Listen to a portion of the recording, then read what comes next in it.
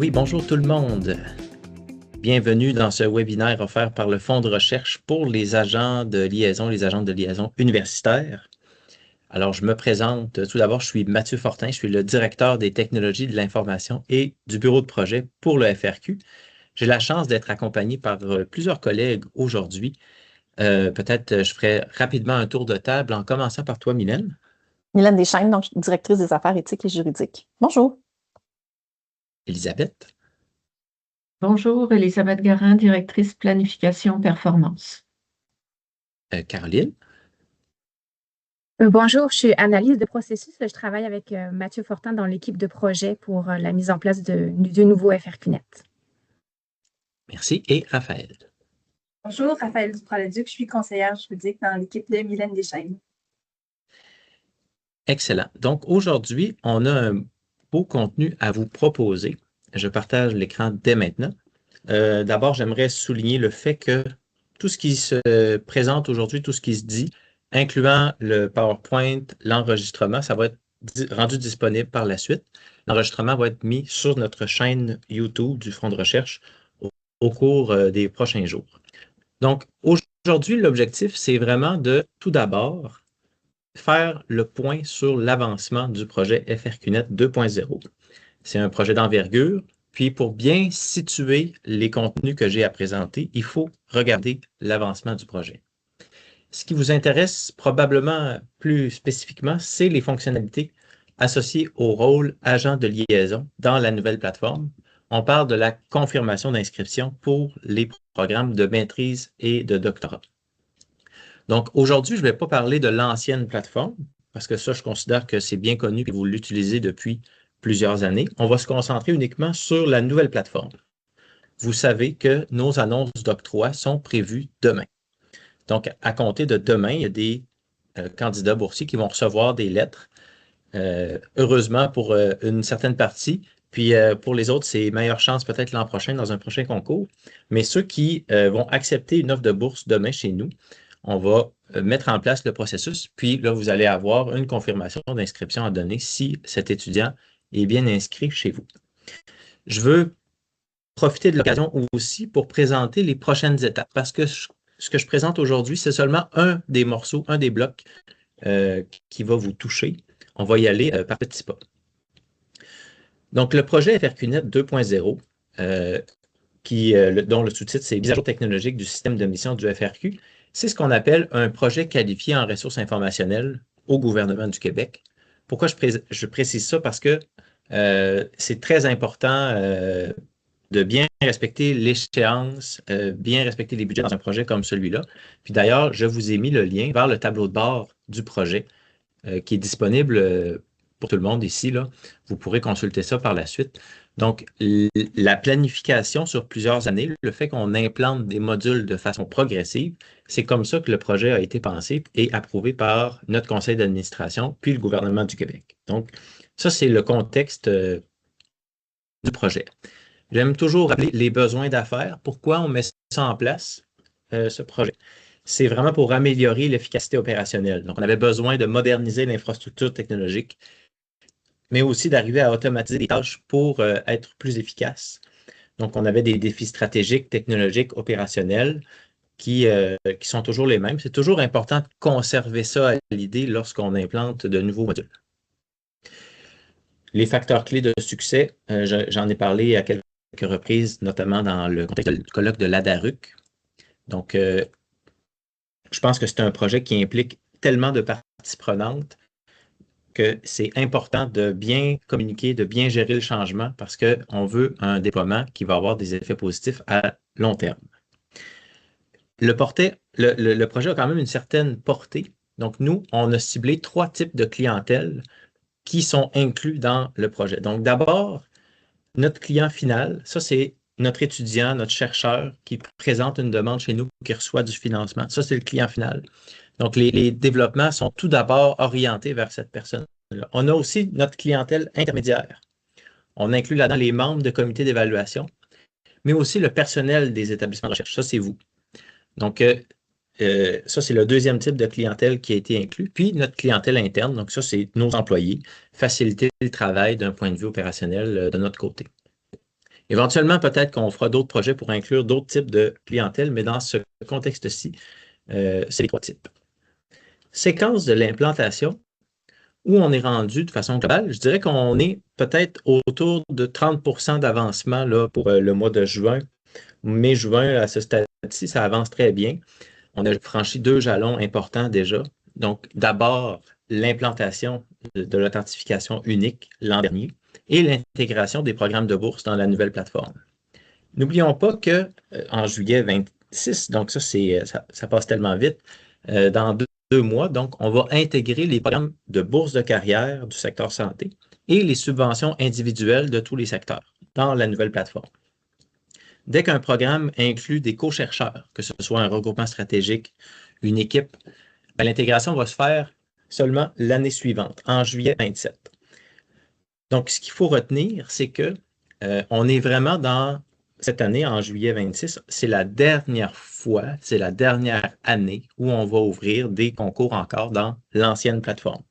Donc, tous les concours nouveaux, à partir de juillet 27, vont uniquement s'ouvrir dans la nouvelle plateforme, puis on prévoit une migration complète de la base de données pour juillet 28, c'est-à-dire.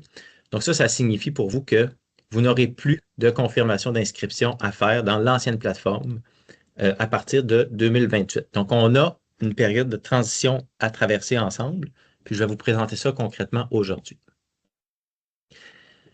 Donc ici, je vous présente le bilan de l'intégration des formulaires. Grosso modo, à chaque année, le fonds de recherche, on ouvre entre 180 et 220 formulaires par année. C'est énorme. Puis, le bilan de l'an dernier, heureusement, on a diminué un peu le nombre de formulaires parce que grâce aux nouvelles technologies, on est capable d'intégrer plusieurs concours, plusieurs volets dans un même formulaire. Et puis là, ce compte-là, cet indicateur-là, on va continuer de le suivre au fil de l'avancement du projet. Qu'est-ce qui est à surveiller pour les établissements? D'abord, le jalon qu'on franchit aujourd'hui. En mai, écoutez, on est le 29 avril, ça revient au même. La confirmation d'inscription des titulaires de bourse, ça commence dès demain. Ensuite, juillet, j'en ai parlé tout à l'heure, l'approbation des demandes de bourse de carrière et de subventions pour la relève professorale. Le juillet 27, je me répète, mais c'est important, les subventions d'équipe et des regroupements. À partir d'avril 28, tout ce qui s'appelle reddition de comptes financières, donc les rapports financiers, les transferts interétablissements, toute la mécanique financière, la comptabilité, de ce côté-là, ça va être en ligne en 28. Et puis, juillet 28, on fait la migration. Ça, c'est le plan de match global où il y a des impacts plus particuliers pour vous dans les établissements. Donc, j'ai fait une diapositive avec les collègues sur un principe de confidentialité par défaut. Parce que, surtout dans les nouveaux règlements là, qui sont dans la loi sur la gouvernance et la gestion des ressources informationnelles, lorsqu'on fait une mise à jour, on doit respecter le principe de confidentialité par défaut dans l'architecture. Donc, les renseignements auxquels chaque utilisateur a accès est strictement lié à l'exécution d'un processus, en fonction, bien sûr, des rôles et des privilèges qui sont attribués. L'accès aux données est encadré, minimisé, cohérent entre le nouveau système et l'ancien. Puis, nous, on s'est assuré qu'il y a une cohérence entre les deux. Donc, on n'a pas voulu revoir le concept de l'agent de liaison. Je trouve que c'est important. C'est un concept qui marche depuis plusieurs années. Ça, on l'a préservé. Puis, si vous étiez agent de liaison dans l'ancienne plateforme, il y a un processus qui fait que vous pourrez être approuvé comme agent de liaison dans la nouvelle. Donc, les développements informatiques au fonds de recherche, dans le cadre de toutes les plateformes numériques, intègrent toujours la conception, dès la conception, les exigences légales en matière de protection des renseignements en vertu de la loi sur l'accès. Et nous, on soutient une utilisation responsable et conforme des renseignements de notre clientèle. C'est très important pour nous. Donc, ce que ça veut dire, c'est qu'il y a des impacts sur certains processus. On modifie l'accès à certaines données et il faut forcément adapter les outils. Puis là, aujourd'hui, je vais présenter les adaptations pour l'espace établissement. Maintenant, au niveau des rôles et des privilèges, on conserve la notion d'agent de liaison avec des privilèges de gestion, opération, consultation. ceux qui savent, là, autrement dit, lorsque vous avez un privilège en mode gestion, vous êtes en mesure d'attribuer une tâche, si vous voulez, une responsabilité d'approbation d'une confirmation d'inscription à un autre agent de liaison de votre établissement. Donc ça, ce principe-là, il est maintenu. Il est un peu différent, mais il est maintenu. Même chose pour la tâche de consultation, ça, il n'y a pas de problème.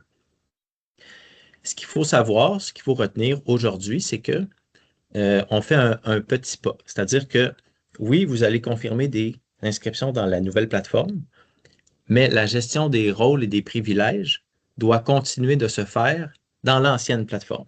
Donc, on réplique l'information. Vous continuez avec vos outils que vous connaissez bien dans l'ancienne plateforme pour ajouter, par exemple, un agent de liaison pour lui retirer un accès. Ça se passe de la même façon.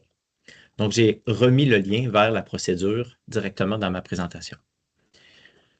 Au niveau de la tâche de confirmation d'inscription, puis là, tout de suite après, on va aller dans la plateforme. Puis, j'aimerais faire une parenthèse. Si vous avez des questions, je m'adresse à tout l'auditoire, vous pouvez les inscrire dans le question-réponse ou dans le clavardage. L'équipe pourra y répondre au fur et à mesure. Puis, il y aura une période de questions à la fin. Mais pour ce qui est de la tâche de confirmation d'inscription en tant que telle, c'est inchangé. Les modalités de traitement d'information, c'est inchangé. Ce que je veux dire par ça, c'est que nous, pour les programmes récurrents, donc le programme de bourse de maîtrise, bourse de doctorat, on a toujours 3 versements principaux par année. On a le 30 janvier, le 30 mai, le 30 septembre. Le principe d'affichage des sessions à confirmer, c'est la même chose dans la nouvelle versus l'ancienne plateforme. C'est-à-dire que du moment qu'on passe, par exemple, on passe au mois d'avril, donc pendant toute la période avril à juillet, vous avez les sessions d'été à confirmer. Après ça, quand on arrive au mois d'août, automatiquement, ben là, l'outil, la plateforme va vous afficher les sessions à confirmer pour la session d'automne. Donc ça, c'est respecté, c'est le même principe. Donc, avant d'aller plus loin, j'aimerais ça vous présenter quelques écrans qui vous seront rendus disponibles au cours des prochains jours. Là, il faut comprendre que je suis dans un environnement de test pour les bienfaits de la démonstration aujourd'hui. C'est seulement des données de test qui se rapportent soit à moi-même ou à des utilisateurs anonymisés. Donc, dans le menu de gauche, vous avez un onglet qui s'appelle « Espace établissement » ici. Donc, l'espace établissement, on a la notion d'approbation.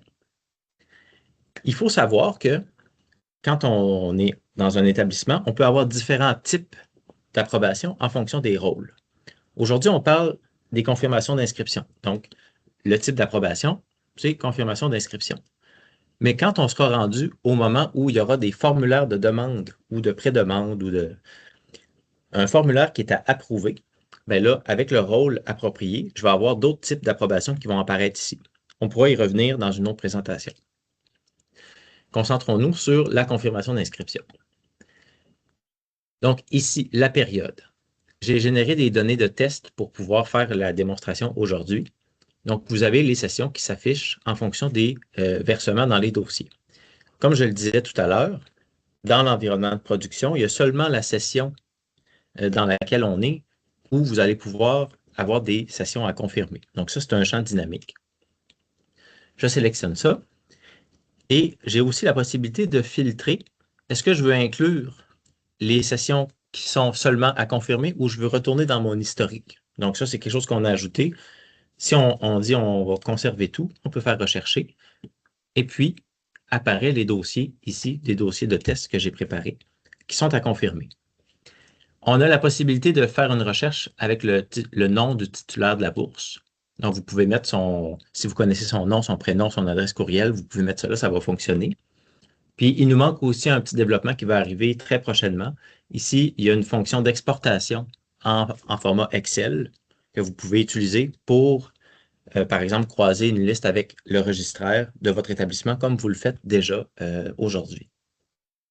L'avantage de cette façon de travailler dans un tableau, c'est que vous pouvez faire du traitement en lot. Là, ici, j'ai seulement 2 dossiers, mais imaginons que je vais chercher session d'été 2026, je devrais en avoir plus. Là, j'ai plusieurs dossiers à confirmer ici. Là, vous pouvez sélectionner, OK, moi, je veux confirmer, disons, ces éléments-là. puis traiter les dossiers en lot. Alors que dans l'ancienne plateforme, il fallait vraiment rentrer dans chacun des dossiers, aller sélectionner le bon onglet, puis là, vous arrivez finalement à la bonne place pour faire la confirmation. Là, il y a du traitement en lot qui est possible. Donc, je vais passer rapidement chacune des colonnes qui sont affichées dans le tableau. D'abord, le nom de la personne. Vous avez l'identifiant du dossier. Vous avez la période qui est à confirmer.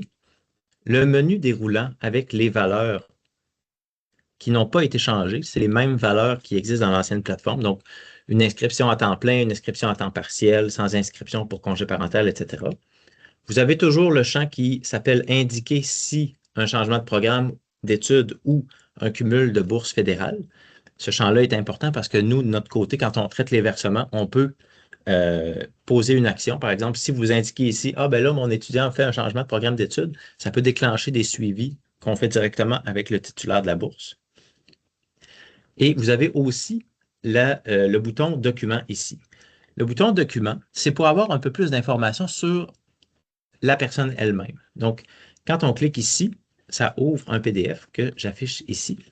C'est la partie du formulaire qui concerne programme d'études et milieu d'accueil. Là, vous avez dans son formulaire de demande son diplôme postulé, sa discipline, le nom de son programme d'études dans votre établissement, etc., etc. Tous des renseignements que vous aviez accès dans l'ancienne plateforme qui facilitent votre travail de confirmation d'inscription. Donc, je referme ça. Et puis là, du moment qu'on soumet la sélection, voilà, les dossiers sont traités. Donc ça fait le tour de la petite démo que je voulais faire. J'aimerais ça revenir à présent de ce côté-ci. Parce que ça, c'est un rappel qui est important pour moi. Là, je vous ai montré plein de choses. Là, vous avez accès à des renseignements de chacun des dossiers d'étudiants dans votre établissement. Mais juste rappeler la responsabilité des établissements à l'égard de la gestion des renseignements personnels. Donc, les données dans l'espace établissement contiennent des renseignements personnels à propos des employés. Donc, si vous avez d'autres collègues qui sont agents de liaison comme vous allez voir des renseignements et aussi des étudiants. Donc, on s'appuie vraiment sur le contenu de la loi sur l'accès. La loi sur l'accès, c'est quelque chose qui est normalement bien connu, là.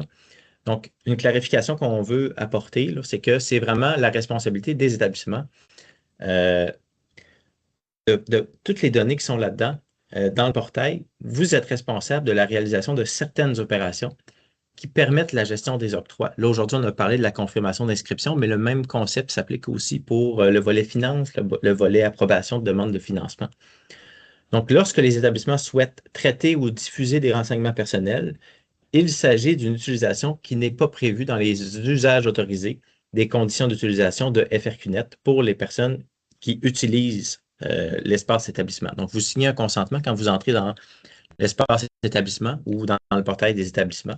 Donc, ça, le contenu de ce consentement-là, il est très important. Donc, il appartient aux établissements d'aller chercher les autorisations requises pour faire des traitements ou diffuser des renseignements personnels que vous avez accès dans le portail.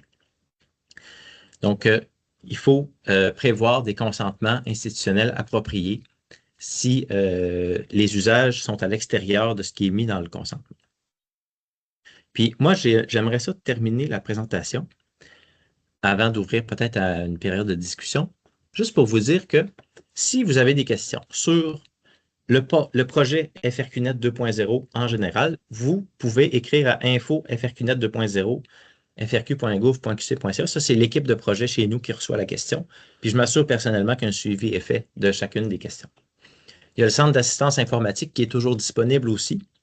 Puis Caroline Trouvé, qui est dans mon équipe, a fait le lien aussi avec le centre d'assistance. Si jamais vous avez un problème d'accès ou vous ne comprenez pas bien comment fonctionne un écran, pas de problème, écrivez-le. Puis sur chacune de nos règles de programme de bourse sur notre site web, il y a toujours un formulaire « Nous contacter ». Donc, si vous avez une question relative à un programme de financement en particulier, la bourse de maîtrise, par exemple, vous pouvez aller sur la page des règles de bourse de maîtrise, il y a un formulaire. Ça envoie un message directement aux responsables de programme qui sont en charge de la gestion de ce programme-là. Donc, les prochaines étapes, je cesse mon partage. Les prochaines étapes pour nous, c'est qu'à partir de la semaine prochaine, je dirais mardi, mercredi, on va vraiment s'assurer que tout le monde qui avait un rôle d'agent de liaison dans l'ancienne plateforme a aussi les bons accès dans la nouvelle plateforme. Donc, j'ai dit tout à l'heure que ça se répliquait, mais évidemment, en production, on n'avait pas encore de données qui nous permettaient de le confirmer. Là, les données vont commencer à arriver.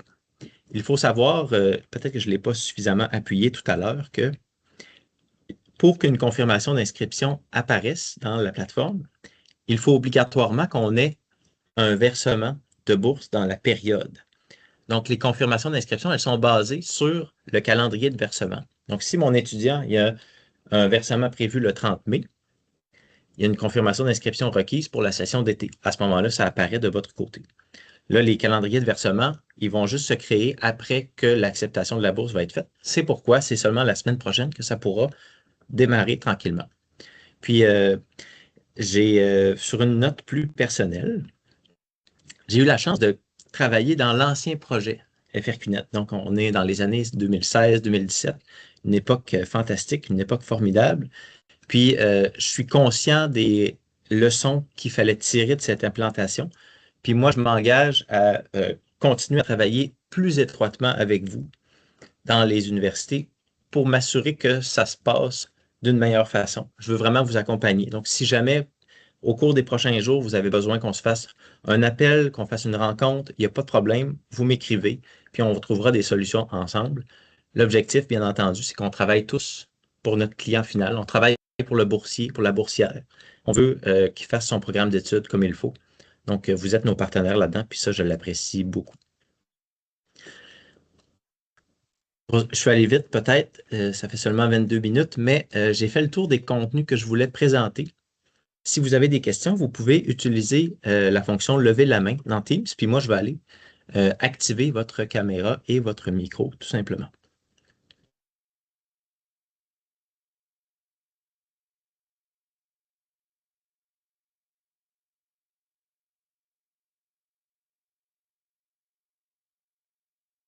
Oui, alors on a une question. Attendez-moi juste un petit moment.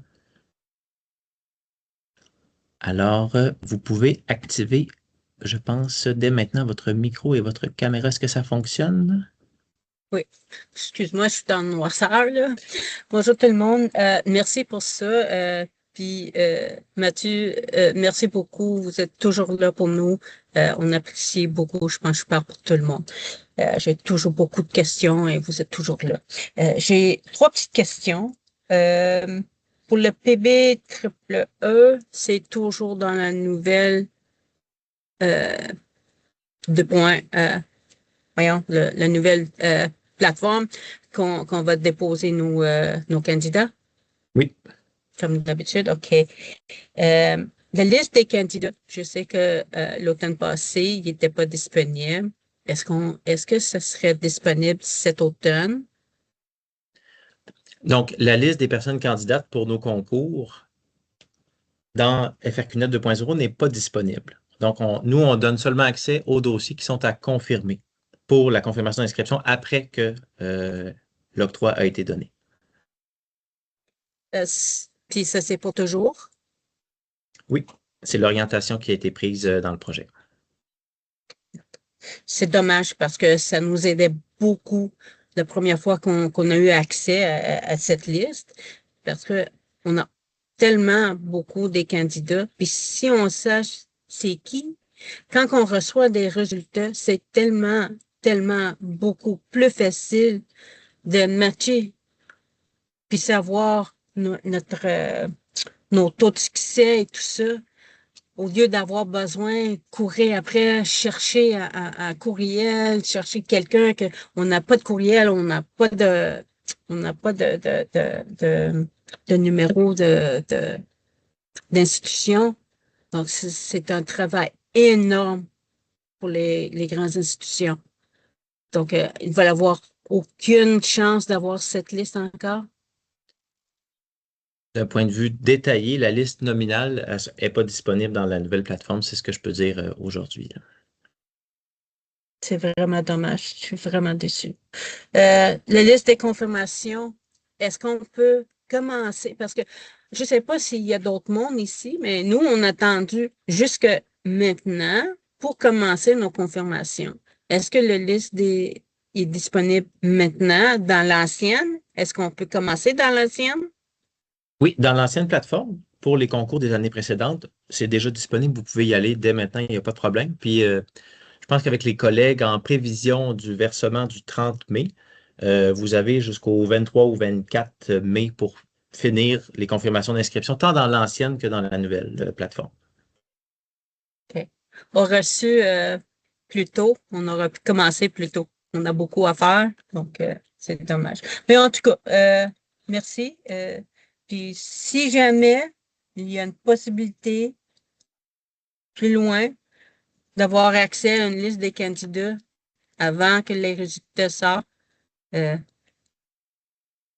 peut-être dans un projet, ce serait apprécié. J'entends bien le besoin. Merci beaucoup pour l'intervention. Merci. Oui, on a une autre question. Donnez-moi un petit moment. Et je pense que maintenant, vous pouvez activer votre caméra et votre micro. Oui, bonjour, M. Fortin. Merci pour la séance d'information. Je voulais juste poser une question concernant la nouvelle plateforme. Qu'est-ce que ça veut dire l'inscription à l'eau? Et comment ça va se passer? Oui, alors, puis je pourrais même repartager mon écran parce que j'étais là tout à l'heure. Donc, c'est que dans l'ancienne plateforme, si vous êtes familière avec la façon de travailler, c'est que pour confirmer une inscription, il fallait vraiment rentrer dans plusieurs onglets. Il y avait plusieurs clics. On cliquait d'abord sur le tableau de bord, il y avait notre liste, on cliquait sur le dossier, ça nous amenait dans une page, on naviguait d'un onglet à l'autre, on tombait sur la session à confirmer, boum, c'était là. Beaucoup trop de clics à mon goût. Alors que là, ce qu'on a développé pour la nouvelle plateforme, c'est plutôt un tableau dans lequel vous pouvez sélectionner plusieurs dossiers, puis traiter l'information. Là, je suis en train de donner des éléments, des valeurs au hasard, là. Puis, du moment que vous soumettez la sélection, ben, c'est tous ces dossiers-là qui partent, qui sont confirmés d'un seul coup. Vous n'avez pas besoin de revenir au tableau de bord, de changer de dossier, de retourner dans l'onglet de confirmation d'inscription. On espère que ça va vous sauver quelques secondes, quelques minutes à chaque fois que vous avez cette confirmation. D'accord, mais ça veut dire qu'il faut quand même alimenter le dossier. Donc, ça veut dire que si c'est à temps plein, à temps partiel, et s'il y a des récipiendaires fédéraux, une fois qu'on a fait ça, on peut aller faire la confirmation de tous les dossiers qu'on a déjà remplis, disons. Exactement. Puis il y a même une nouvelle fonctionnalité de brouillon. Je repartage l'écran. C'est que vous pouvez commencer le travail en sélectionnant les dossiers pour lesquels vous avez l'information. Vous enregistrez le brouillon ici, puis vous pouvez revenir seulement le lendemain puis continuer. Puis transmettre après ça au moment où vous êtes prêt de votre côté. Puis je sais que des fois, pour certains étudiants, c'est dur d'avoir l'information. Il faut faire des recherches, il faut appeler des collègues. Donc, on espère que ça, c'est un petit changement positif qui pourrait vous aider, là. Parfait. Merci beaucoup pour la précision. Merci. C'est moi qui vous remercie.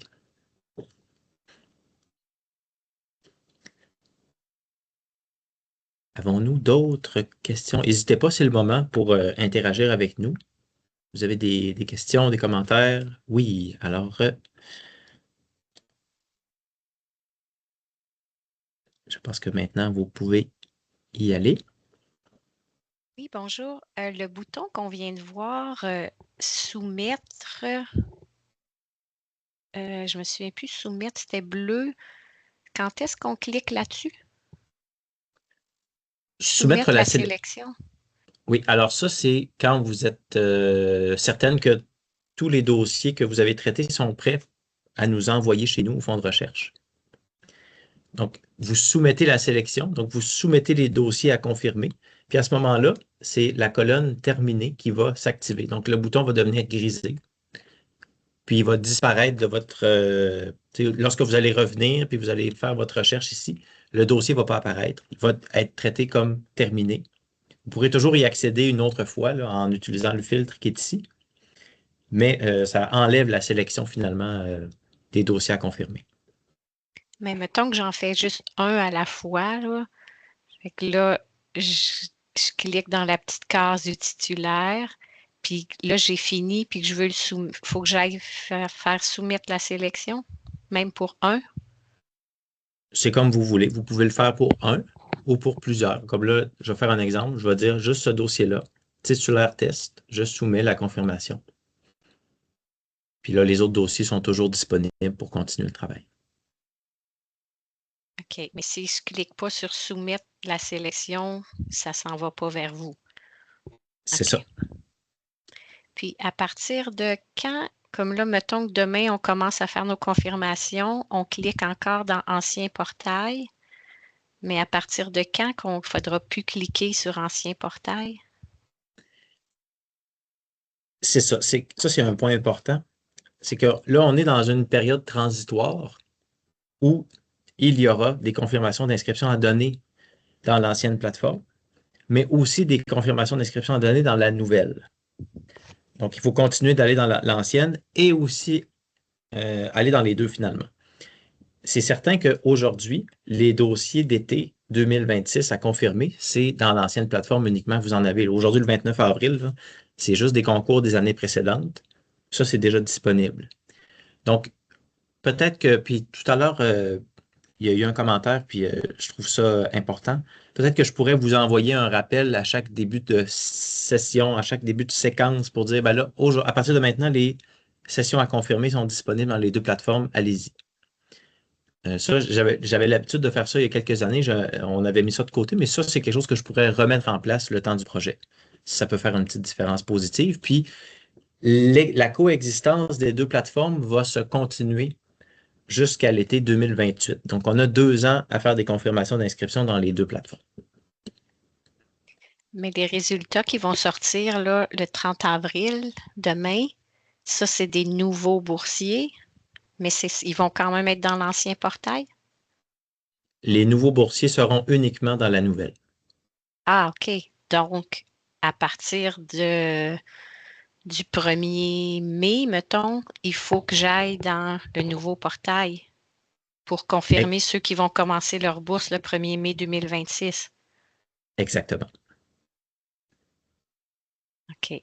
Puis la façon d'aller dans le nouveau portail, j'ai pas bien compris, c'est juste de cliquer sur approbation? Oui, je vous montre ça.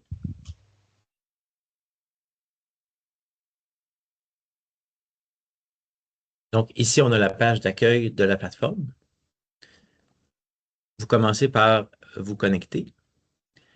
Vous êtes habitué d'aller dans Ancien portail ici. D'habitude, vous cliquez là-dessus, là, vous accédez là. Maintenant, la nouveauté, à partir de la semaine prochaine, c'est l'espace établissement qui s'ajoute ici. Donc, probablement que pour vous, vous avez seulement espace demande, va s'ajouter ensuite espace établissement et l'onglet d'approbation.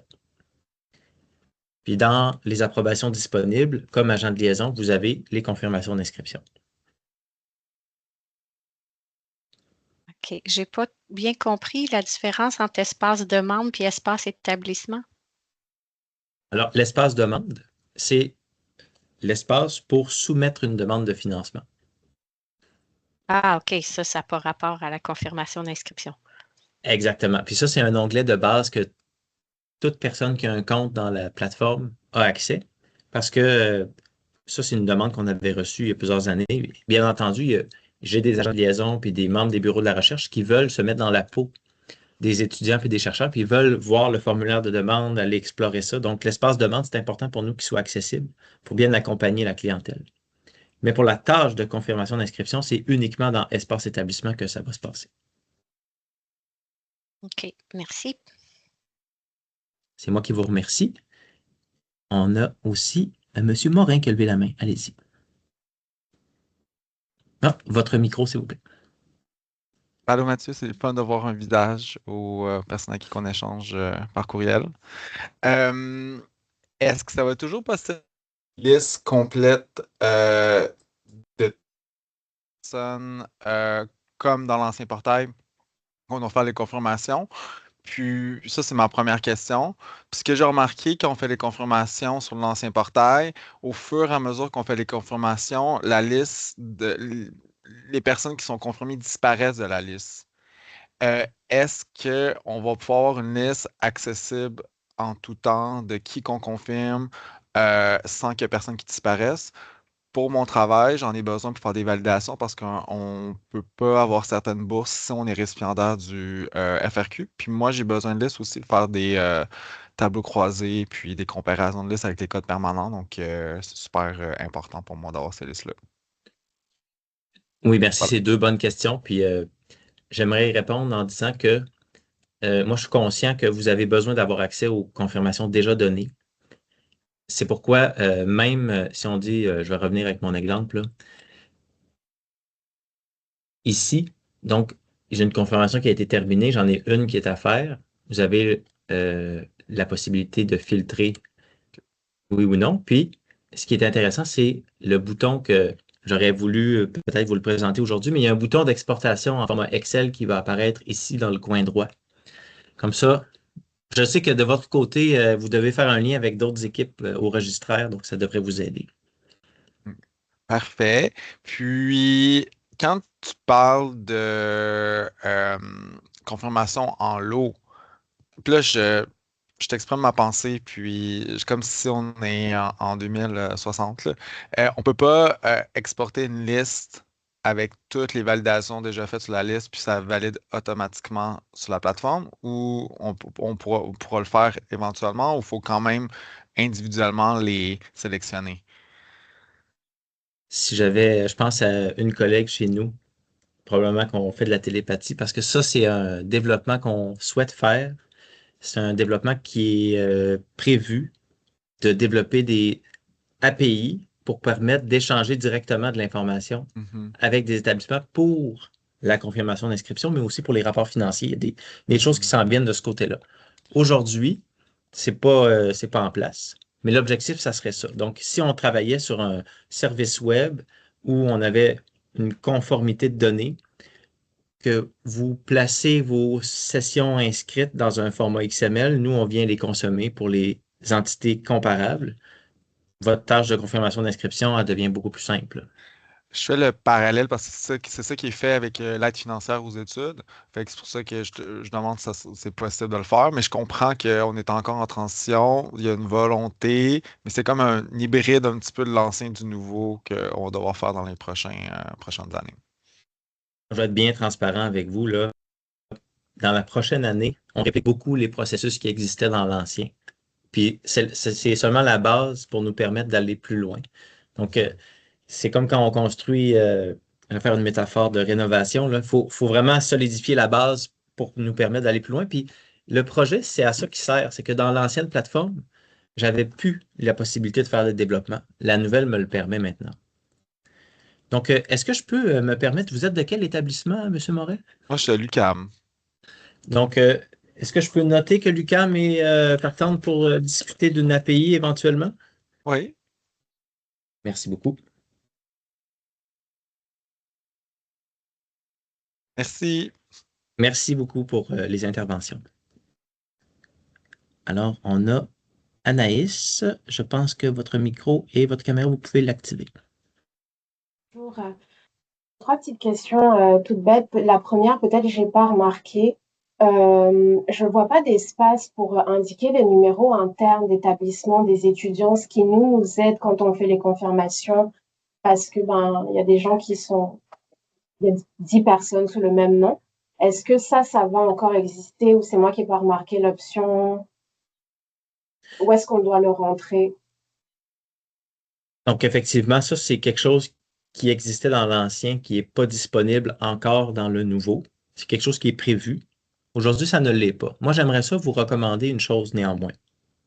Votre identifiant interne, vous pouvez l'inscrire dans la case commentaire par rapport au changement de programme d'études. Si vous mettez votre identifiant là, Vous allez être capable par la suite de faire le suivi avec votre propre liste. Puis nous, au fond de recherche, ce numéro-là, il ne va pas nous gêner en tant que tel.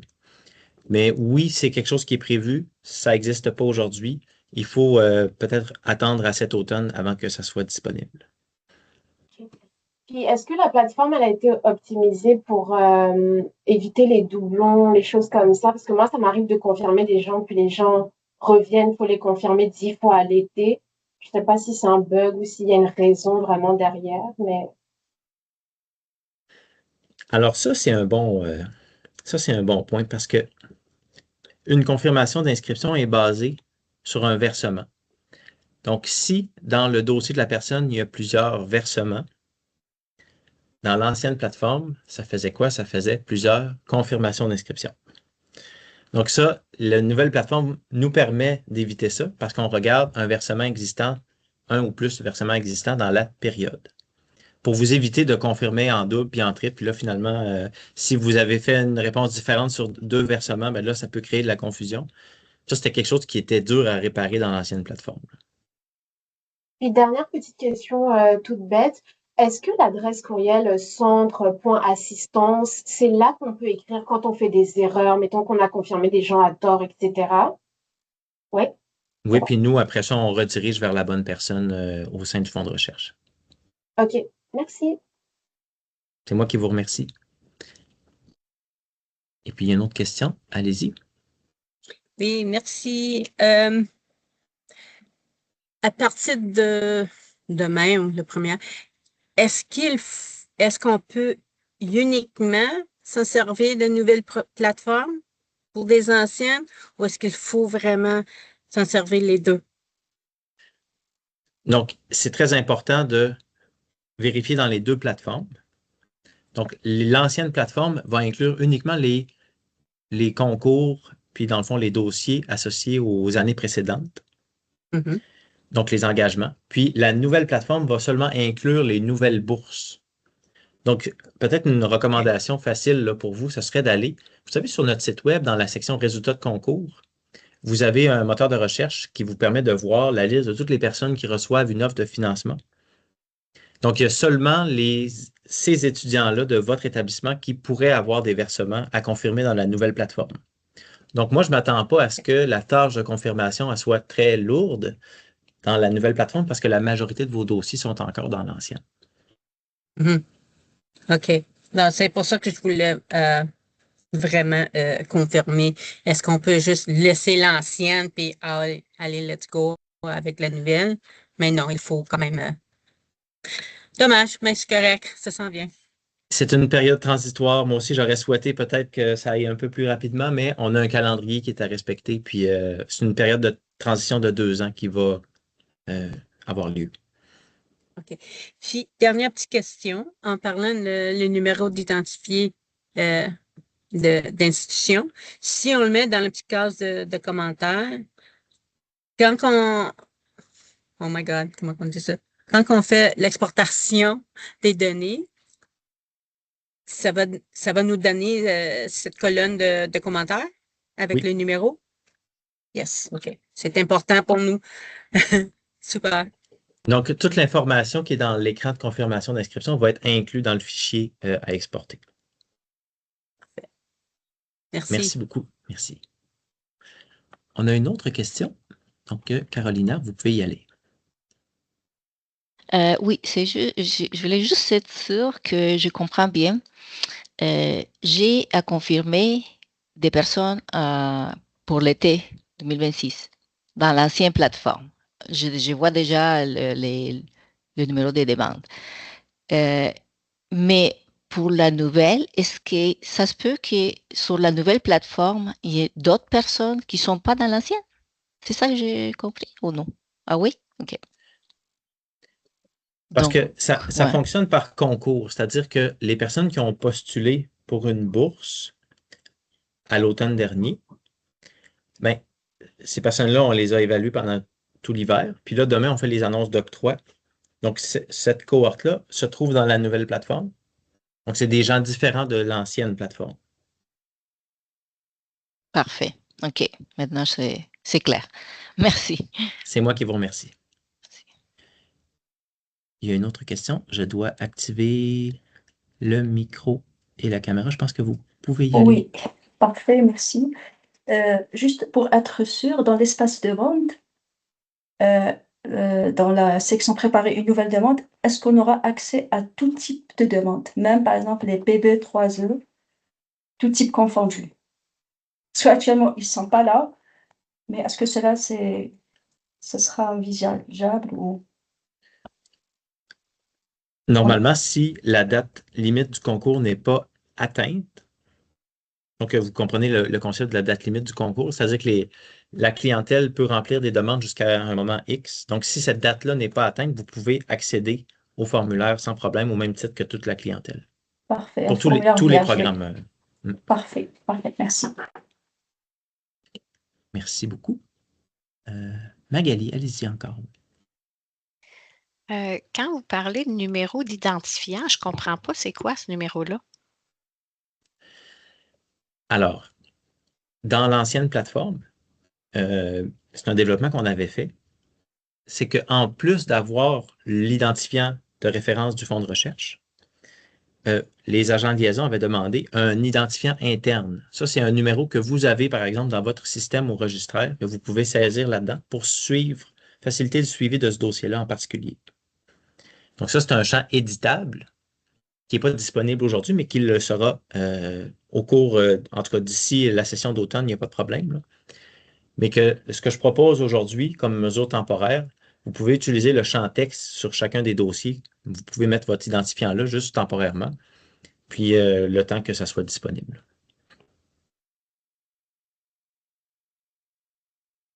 Est-ce que vous utilisiez les identifiants internes dans votre établissement?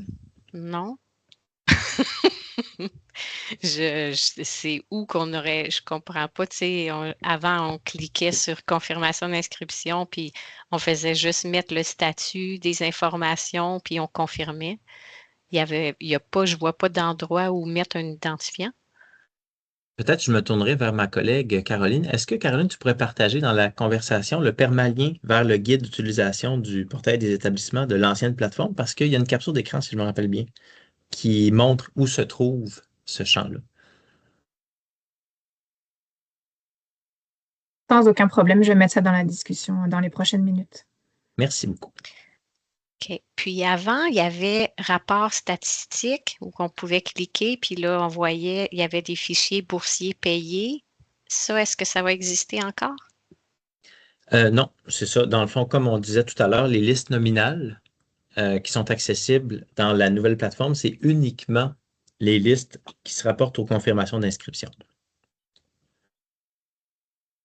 OK. Donc, je ne peux plus vérifier, mettons, si un boursier a été payé pour telle session, s'il y a un paiement prévu pour telle session, ça, on ne peut plus le savoir.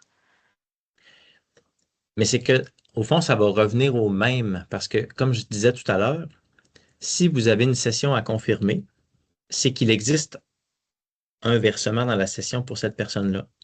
Donc, si vous sortez toute la liste des confirmations d'inscription que vous avez données, vous avez automatiquement les boursiers qui ont reçu un paiement dans votre établissement. Je ne sais pas si je suis clair, là. Peut-être que c'est un niveau de données un peu... C'est juste que, il me semble qu'on s'en servait souvent, nous, parce que, tu sais, on n'est pas toujours au courant si un boursier a demandé un report ou même s'il a décliné la bourse. Il y a beaucoup de choses qu'on ne sait pas. Fait que, il me semble qu'on allait souvent vérifier, comme pour si dans ma base de données, je voulais savoir si tel boursier il avait finalement décliné sa bourse ou si sa bourse est finie ou si elle est encore active. Mais ouais, j'imagine que je pourrais quand même voir l'info. Mais ça va être moins clair que quand on pouvait voir les colonnes de prévision de paiement. C'est certain, mais comme je l'expliquais, dans le fond, les principes de confidentialité par défaut nous amènent à seulement afficher l'information qui sont nécessaires aux tâches à réaliser. Puis ces rapports-là s'inscrivaient dans un autre contexte, là. Donc, on ne les a pas mis dans la nouvelle plateforme. OK. Merci. Merci. On a une autre question. Alors, Clémence, je pense que j'ai activé votre micro, caméra, allez-y voir. Oui. Oui, bonjour, merci beaucoup. Dans le fond, je reviens sur la question de Meriem parce que je l'avais mis dans le Q&A aussi. C'est que dans le fond, dans l'ancienne plateforme, pour le concours PB3E, les établissements ont passé par l'espace candidat, en fait, pour pouvoir les déposer les noms des personnes présélectionnées. Fait qu'on n'avait jamais accès au formulaire en tant que tel. Fait que là, je voulais savoir si ça allait être dans l'espace des établissements ou dans l'espace demande pour ce concours-là précisément. Et moi, pour répondre bien à ça, je vais me tourner vers Caroline parce que là, on est dans un niveau de détail que tu vas mieux comprendre que moi. Aucun problème. Dans l'espace demande, c'est bien l'endroit dans lequel vous allez compléter votre formulaire pour les propositions de candidature. Et c'est aussi dans l'espace demande que les personnes qui vont être présélectionnées vont compléter leur formulaire de demande pour déposer leur demande formelle. Cette année, les codes, ça a changé un petit peu. Avant, on était dans V1, V2. Là, c'est B1EE, B2EE, B3EE pour la nouvelle cohorte qui va être annoncée demain. Donc ça ne change pas. À partir de juillet prochain, probablement dans le courant du mois de juillet, vous allez recevoir une nouvelle proposition de candidature que vous allez compléter dans l'espace demande. Puis après ça, à l'automne, les personnes vont compléter leur demande dans l'espace demande aussi de la nouvelle plateforme. Mais donc, ça confirme que nous, on n'a pas accès à ce qu'eux remplissent. Dans les faits, effectivement, c'est un concours qui est ouvert sur invitation, mais on pourrait faire en sorte de vous fournir un PDF du formulaire que la personne complète sans problème. Vous pourriez en faire la demande à la responsable de programme ou par le centre d'assistance, puis nous, on pourra s'assurer de vous fournir une version PDF, l'équivalent de ce qui existe, un genre de PDF pour information de la demande à compléter par les personnes candidates. On peut vous fournir ça sans problème.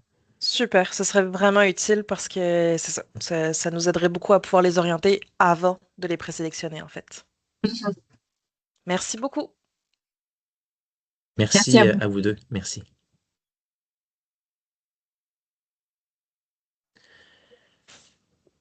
Donc, il reste encore quelques minutes. Donc, une question dans la conversation.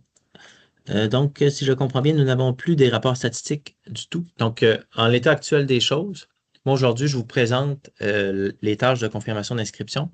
Il n'y a pas de rapports statistiques qui sont associés aujourd'hui. Donc, on pourra éventuellement discuter ensemble là, si d'autres fonctions d'exportation qui se rapportent aux confirmations d'inscription pourraient vous aider. Mais allons-y un petit pas à la fois, si vous voulez bien. Donc, moi, mon objectif aujourd'hui, c'est de m'assurer vraiment que dès la semaine prochaine, vous êtes en mesure de confirmer des inscriptions pour les nouvelles bourses dans la nouvelle plateforme. Puis, c'est ça. Je vous tends la main si jamais vous avez besoin qu'on fasse des ateliers spécifiques avec votre établissement, il n'y a pas de problème pour nous. Merci Caroline d'avoir partagé cette capture d'écran. Donc, on voit là-dedans le fameux numéro interne des établissements, si ça peut aider.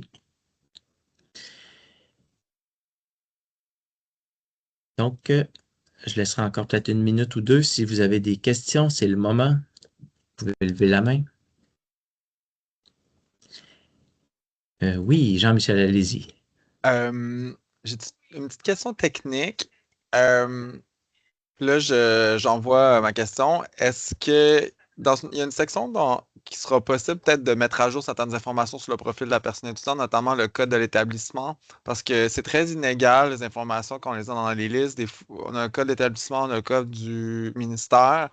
Nous, pour faire certaines validations en lot, on a besoin du code d'un établissement qui n'est pas le même que le ministère. Fait que des fois qu'on peut mettre cette information-là à jour sur la plateforme, ça fait en sorte qu'on peut sortir des listes avec tous les codes de notre établissement. Je ne sais pas si c'est quelque chose de possible. Est-ce que c'est quelque chose de supplémentaire au numéro interne de l'établissement? Ce serait un autre champ qu'on pourrait ajouter en plus de celui-ci? Dans l'ancienne plateforme, il y a 3 colonnes. Dernièrement, c'est la dernière, la colonne de l'établissement. Là, je me mêle parce que je pense que j'en rajoute une 3e parce que des fois, dans la première colonne des codes permanents du ministère, c'est notre code permanent. Des fois, c'est le code permanent du ministère. Fait que des fois, ça amène confusion. Moi, je fais une validation manuelle pour m'assurer que tous les codes permanents correspondent à ceux de mon institution. Je pense que c'est la deuxième colonne, mais quand même, des fois, il y a comme des confusions, puis je dois revalider un par un. Fait que des fois, c'est des validations de plus que 200, 300 personnes, là. Parce que sinon, après ça, je peux pas comparer mes listes.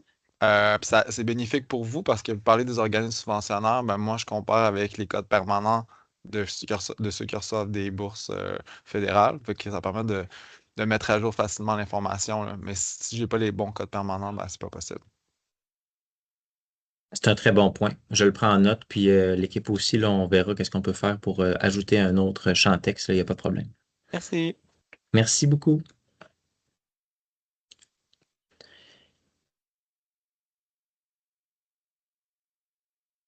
Donc, s'il n'y a pas d'autres questions, je vous remercie pour votre participation aujourd'hui. Ça a été riche comme échange. Puis, évidemment, il va y avoir des mises à jour de cette discussion-là. Donc, un peu plus tard, quand on va ajouter des éléments au portail, on va faire comme aujourd'hui. Je vais vous envoyer une invitation, puis on pourra en discuter ensemble. C'est un projet qui s'implémente de façon constante là, pour les 2 prochaines années. Donc, je vous souhaite une très belle journée. C'est le grand soleil. Profitez-en bien avant que la pluie revienne. Puis, au plaisir de vous reparler.